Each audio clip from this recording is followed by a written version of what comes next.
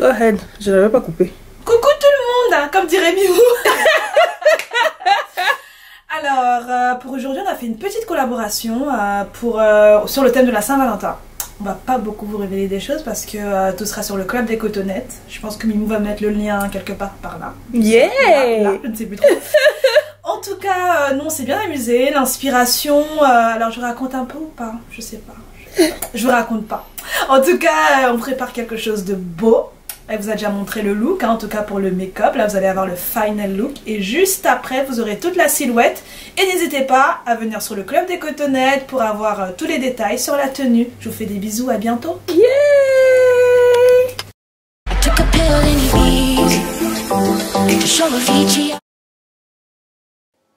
Alors les cotonnettes, donc comme vous l'a dit Christelle en intro, petite collaboration entre elle et moi pour le look de la Saint-Valentin comme d'habitude. Donc elle a choisi le look, je choisis la coiffure et on vous propose le résultat sur moi.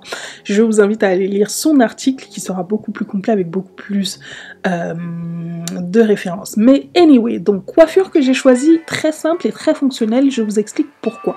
Cette petite coiffure en fait peut vous permettre d'aller soit regarder le match du PSG, soit aller au cinéma pour l'avant-première de Black Panther, soit aller au restaurant si vous choisissez de rester donc dans le style Saint-Valentin classique. Faut savoir que oui, cette année malheureusement ou heureusement, hein, la Saint-Valentin, le jour de la Saint-Valentin, donc il y a un super gros match du PSG, il y a une super sortie au cinéma et du coup vous allez peut-être avoir l'embarras du choix, peut-être que votre chérie ne voudra pas forcément un rendez-vous classique, mais anyway, peu importe, en fonction de ce que vous déciderez ce jour-là, cette petite coiffure sera parfaite pour l'occasion. Donc, j'ai utilisé ici mes clip-in de chez The Natural Hair Factory que j'ai lavé et hydraté. C'est la raison pour laquelle les boucles sont bien définies comme ça et que le résultat est sleek, vraiment sans trop de volume, etc. Donc ce que j'ai fait, c'est que j'avais des vanilles donc sur l'entièreté de ma tête et en fait j'ai natté la moitié de mes vanilles, donc la moitié de ma tête, pour avoir donc une base plane pour venir fixer mes clips sur mes cheveux. Et ensuite ce que je vais faire, c'est tout simplement que je vais défaire l'autre moitié pour réaliser donc le reste de la coiffure.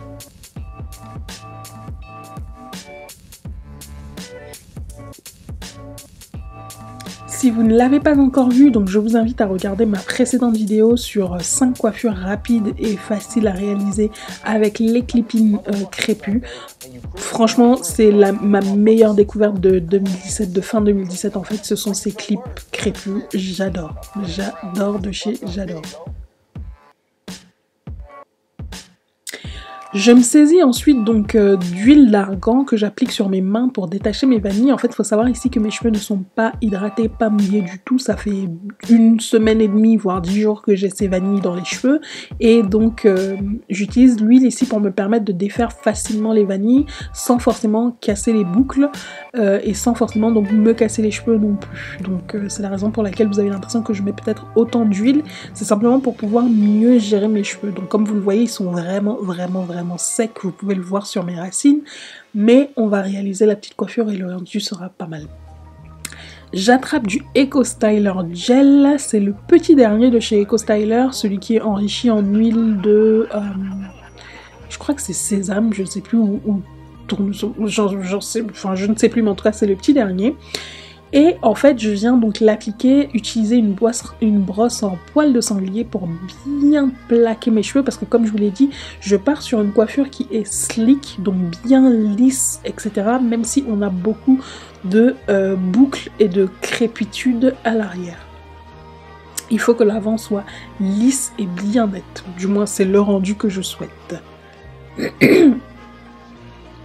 Je viens donc réaliser mon petit chignon bien à l'avant, bien serré, et je coince le bout du chignon donc avec une épingle à cheveux pour que ça ne se détache pas. Et littéralement, je suis coiffée. Je réattrape donc le même gel et je vais simplement donc bien plaquer les baby hair, réutiliser la brosse pour bien les mettre en position et ensuite donc utiliser mon foulard en satin pour qu'ils restent disciplinés comme j'ai décidé. Parce que parfois il faut leur mener la vie dure un peu à ces cheveux. Hein. parfois ils sont très rebelles, très indisciplinés. Mais bon, j'avais donc déjà appliqué mon fluide hydratant matifiant de chez Clarins avant de commencer à me coiffer. Donc là, vous voyez que le visage est bien matifié. Je viens me saisir donc de mon Pro Filter de chez Fenty Beauty, qui n'est clairement pas ma couleur parce qu'il est très foncé. Mais je vous ai déjà raconté l'histoire de ce fond de teint là. Si vous ne la connaissez pas, allez regarder la vidéo. Donc j'applique le fond de teint sur l'entièreté du visage à l'aide de mon pinceau à fond de teint. Et ensuite je vais venir donc me saisir de mon... non, je rajoute encore un petit peu de fond de teint pour avoir un rendu plus couvrant. Donc le crayon à sourcils que j'utilise c'est celui de chez Emma en 01, c'est vous qui me l'aviez recommandé quand H&M a arrêté de faire le sien.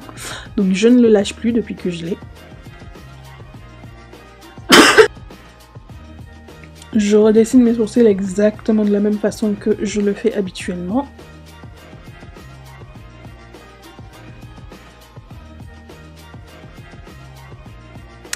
Ensuite, je viens de me saisir d'un fond de teint clinique, donc en couleur, je ne sais plus le nom de la couleur exactement, mais c'est la teinte 19, c'est celle qui vient juste après Silk Sable, parce que celle que j'utilisais avant c'était Silk Sable, et comme je vous avais dit, elle était un peu trop claire pour moi. Donc celle-ci, je la préfère, le rendu est beaucoup plus naturel, et je l'utilise en anti-cerne. Pourquoi? Parce que j'adore la texture et j'adore le rendu de ce fond de teint là en anti-cerne. Donc une fois que j'ai déposé la couleur, pour bien nettoyer le dessous de mon sourcil, il faut savoir que mes sourcils ne sont pas épilés, comme je vous l'ai dit, je ne m'épile plus les sourcils depuis des années. Donc il faut bien retracer le dessous. Je l'applique également sur le front et sur le menton en termes de highlight, ainsi que sur le dessous de mes pommettes.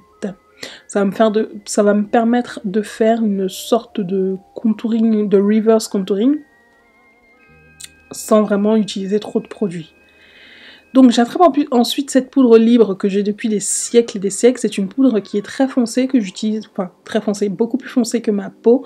Donc j'utilise généralement pour faire ressortir le bombé de mes pommettes. Donc je la dépose en dessous des pommettes et également sur le pourtour de mon front.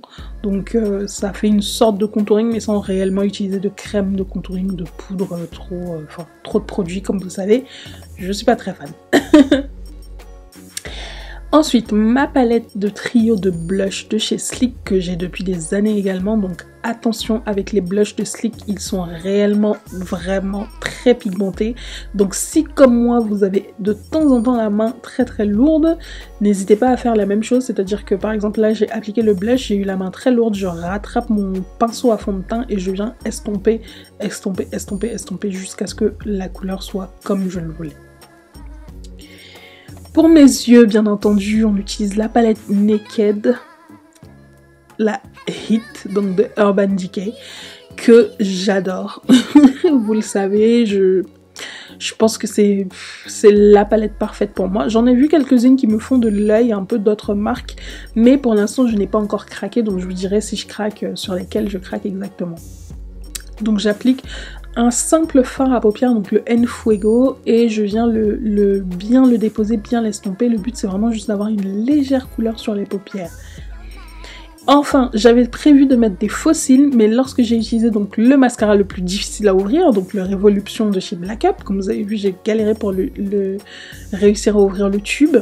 Une fois que j'ai utilisé ce mascara, j'étais tellement choquée par le rendu. Mes cils sont tellement magnifiquement volumineux que j'ai décidé de ne plus appliquer de faux cils et de garder simplement ce mascara. Le rendu est waouh, franchement j'étais scotchée comme vous le voyez. Alors après le petit défaut que je lui trouve c'est que la brosse est tellement épaisse que c'est un peu compliqué d'appliquer le mascara sur la paupière inférieure sans faire de gros dégâts, de gros défauts. Mais il est top de chez top les filles, si vous avez l'occasion de mettre la main sur ce mascara, n'hésitez vraiment pas. J'utilise ensuite donc ma poudre Sublime 04 de chez Black Up, c'est mon highlight favori du moment parce que elle est discrète mais en même temps elle apporte vraiment de la lumière au visage et je l'adore. Donc sur l'arête du nez, sur le bombé des pommettes, Et on est prête. Et enfin, vous le savez, j'attendais Fenty Beauty sur les rouges à lèvres et les mademoiselles ne m'ont pas déçue. J'ai sélectionné 3 couleurs, je vous en reparlerai si vous êtes intéressés, mais en tout cas celle-ci est clairement ma favorite, c'est le Griselda. Je l'adore. Voilà, mon look est prêt les filles, je vais ensuite enlever mon foulard et aller me préparer et vous allez voir donc le rendu du look complet tout à la fin de la vidéo, mais déjà là vous pouvez voir le rendu donc du maquillage, du Get Ready With Me.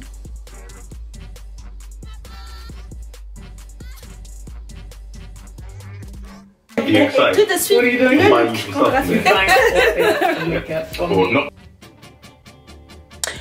Voilà les filles, j'espère que cette petite idée de Get Ready With Me, de look qui donc accentue plutôt comment dirais-je, les traits de votre visage, à savoir vos pommettes, etc. Vous plaira. Et j'espère que le look complet donc qui va arriver tout à l'heure vous plaira également. N'hésitez pas à passer donc sur le club des cotonnettes pour voir plus de photos et avoir tout le détail de la tenue. Je vous embrasse et je vous dis rendez-vous la semaine prochaine. Bonne Saint-Valentin à vous!